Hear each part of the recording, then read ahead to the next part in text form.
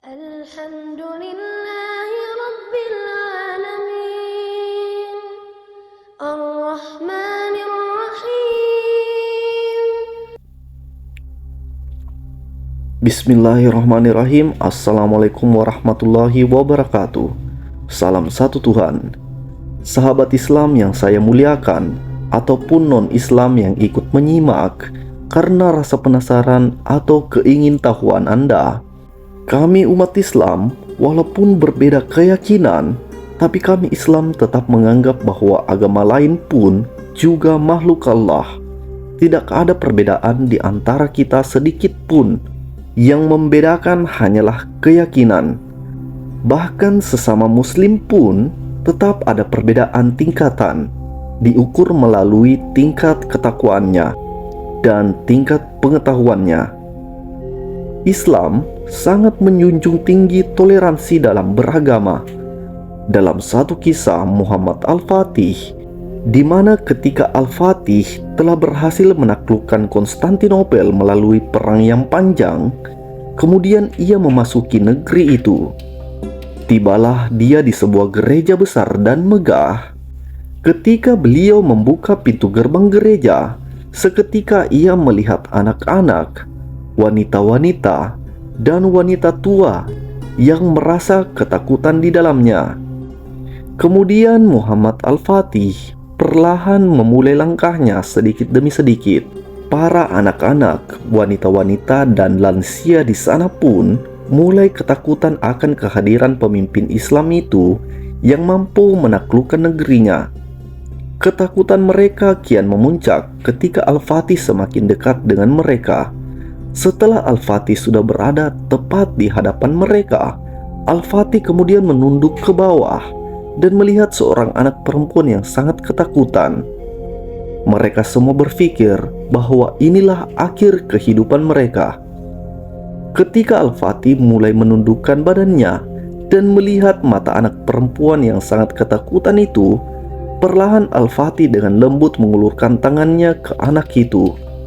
Melihat wajah tulus dari Al-Fatih, anak itu pun mulai menggerakkan tangannya juga.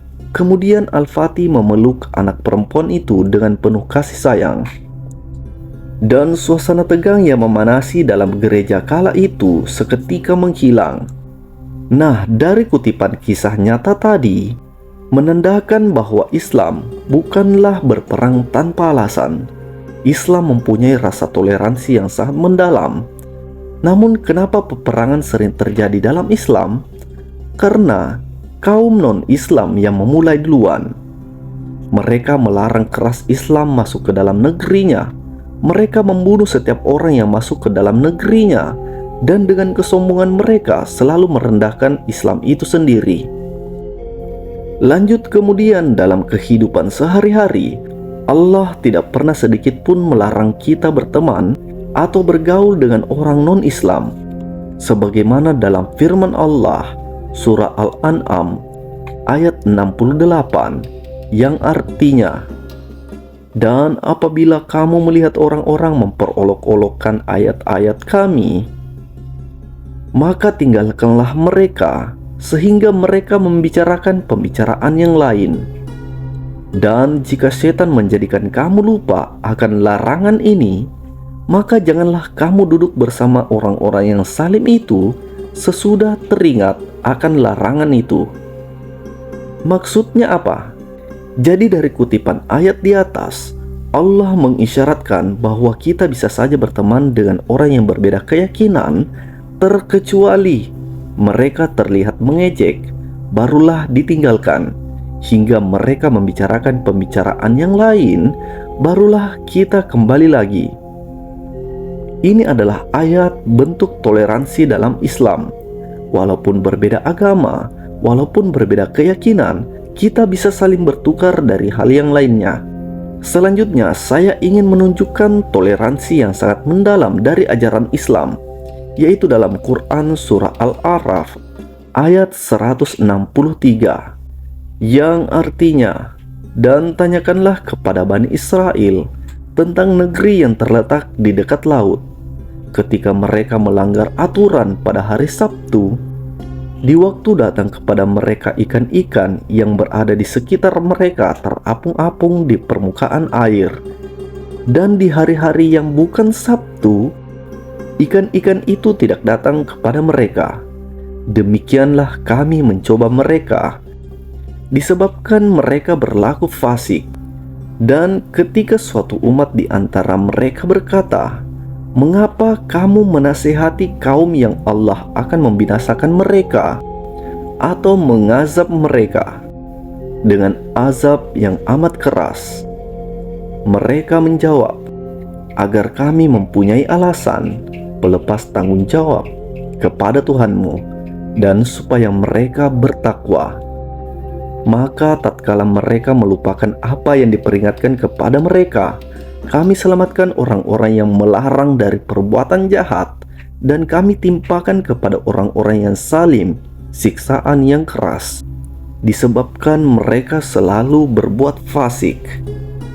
Nah, hikmah dari kutipan ayat di atas adalah begitulah Islam menjalankan keyakinannya. Itulah bentuk toleransi yang sangat mendalam, di mana suatu kaum memperingati orang-orang yang akan terkena azab sekalipun. Bagaimana dengan di masa kita sekarang? Itulah selalu ada orang yang memberi peringatan kepada orang-orang non-Islam, baik dengan cara lembut ataupun lewat diskusi-diskusi. Dengan cara ini, semoga mereka yang non-Islam ingin membuka hati mereka. Bagi kami umat muslim, bahkan orang yang akan terkena azab sekalipun, akan terus kami beri peringatan yang baik. Jadi itulah ajaran toleransi yang dijelaskan dalam Al-Quran. Yang pertama dalam kehidupan sehari-hari, dalam pertemanan dengan orang non-muslim.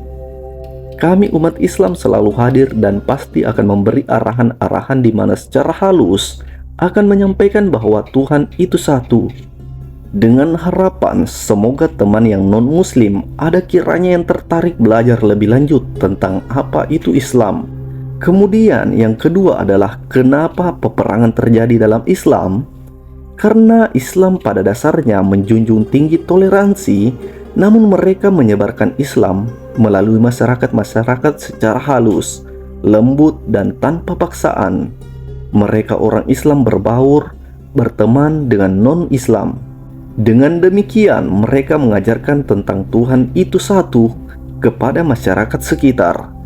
Nah, peperangan itu terjadi ketika pemimpin suatu negeri membunuh orang Islam dalam negerinya dan melarang masyarakatnya menyentuh Islam.